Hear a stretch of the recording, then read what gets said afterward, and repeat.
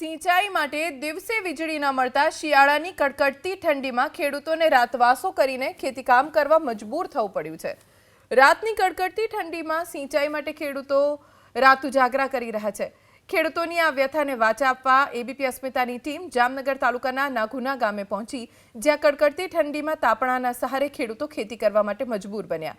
રાજેશભાઈ પટેલ નામના ખેડૂત સાથે વાત કરતા તેમણે કહ્યું કે 8 વીઘા જમીનમાં હાલ તો તેમણે ઘઉંના પાકનું વાવેતર કર્યું છે। 8 દિવસ દિવસે અને 8 દિવસ રાત્રે વીજળી મળતી હોવાથી ખેડૂતો કડકડતી ઠંડીમાં ખેતી કરે છે। એટલું જ નહીં, ભૂંડનો પણ ખૂબ ત્રાસ છે। ખેડૂતોની માંગ છે કે જો સરકાર દિવસે વીજળી આપે તો રાત્રે ખેતીકામથી રાહત મળે। તો ગામના અન્ય એક ખેડૂત રાજદીપસિંહ જાડેજાએ પણ દિવસ અને રાત એમ વીજળીનો વારો આવતો હોવાથી શિયાળામાં સિંચાઈ માટે વધુ મુશ્કેલી થતી હોવાનું અને ખેતીકામ વધુ મુશ્કેલ થતું હોવાની વ્યથા કરી વ્યક્ત। લાઇટનો પ્રોબ્લેમ એવો છે, દિવસની પાળી થઈ જાય તો મારે સારું રહે, રાતનું પાણીવાળું ભૂંદડાને રખોલા રાખવા, ભૂંદ રોજના રખોલા રાખવા, બધી વસ્તુથી ખેડૂત પહોંચી વળતા નથી। એ ઉપરાંત સરકારને વિનંતી કરું, પાળી કરી દે લાઇટ વાળીઓની, તો અમે દિવસનું પાણી વાળી રાતના બેઠા બેઠા રખોલું તો કરી શકીએ। આ બધું કામ એક આરે ન થાય એક ધણીથી।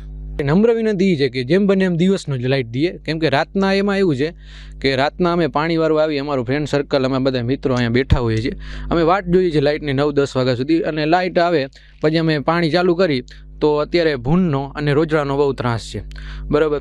એટલે અમે કિયારામાં પાણી ચાલુ કરી તો ઓલી સાઈડથી ભૂંડ આવે, એને ભૂંડને હાંકવા જાય તો અહીંયા પાણી છલી જાય। એટલે નમ્ર વિનંતી છે કે દિવસનું જેમ બને એમ કરી નાખે લાઇટ।